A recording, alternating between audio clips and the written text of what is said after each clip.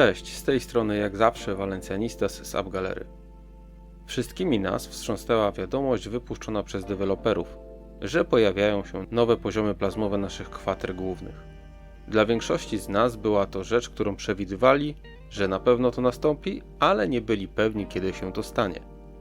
Niektórzy z nas myśleli, że nie będzie to miało miejsca, bo pogłębi to i tak dramatycznie wielkie już różnice między graczami.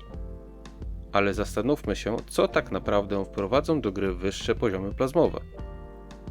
Po pierwsze, pieniądze od graczy. To jakby nie podlega dyskusji i będzie to na pewno ogromny zastrzyk pieniędzy. Bo ma pojawić się nowy surowiec do budowy plazm od 11 do 13 poziomu, czyli nowa waluta premium. W zasadzie wszystkie nowinki w grze opierają się o pieniądzach. Słusznie czy niesłusznie?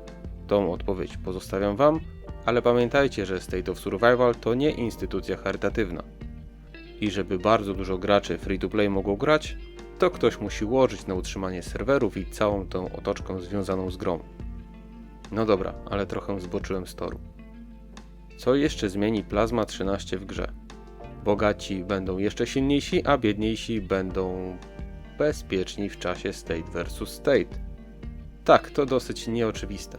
Ale budując słabą plazmę 8 czy 9 poziomu jesteśmy narażeni na ataki potężnie bogatych i nieznających litości graczy, którzy atakami solo czy rajdami, które kruszą mury jak zamki z piasku i dobierają się do naszych surowców, przy okazji posyłając 5, 8 czy 15 milionów żołnierzy w otchłań wieczności. Brzmi brutalnie, ale jeżeli się tak dłużej nad tym zastanowić, to niestety tak jest. Szpitale są teraz rozbudowane do astronomicznych wielkości. Mój na przykład ma 640 tysięcy miejsc. Biuro werbunkowe ma pojemność czterokrotnie większą niż nasz szpital.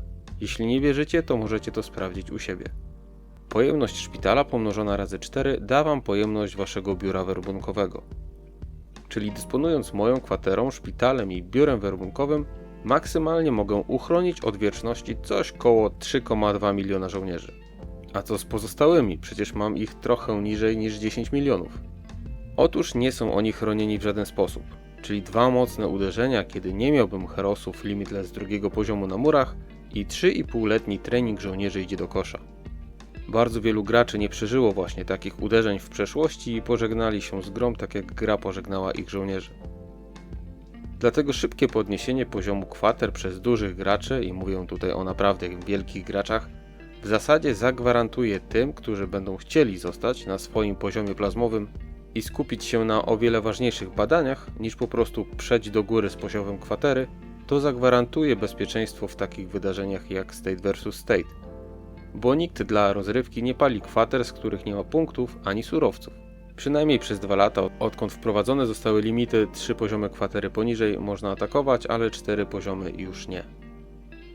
W wydarzeniach typu Mining Mayhem czy Reservoir Raid to w zasadzie nie ma znaczenia, czy nie będziesz mógł wygrać rajdu przeciwko napakowanej plazmie 10 poziomu, czy nie będziesz mógł tego zrobić graczowi, który zamiast P10 będzie miał przy swojej bazie P13. Wyścig szczurów rozpocznie się na nowo, ale paradoksalnie według mnie pomoże on mniejszym graczom. O ile oczywiście nie będą chcieli włączyć się do tego wyścigu. Mając kwaterę z plazmą 8 poziomu będziemy bezpieczni. Ci z plazmą 9 poziomu będą bezpieczni po prostu trochę później. Jak zwykle zapraszam do dyskusji w komentarzach. Wiem, że temat jest gorący, a moje spostrzeżenia mogą być trochę kontrowersyjne. Dlatego tym bardziej chciałbym poznać Wasz punkt widzenia. Zapraszam do komentarzy. Trzymajcie się i cześć!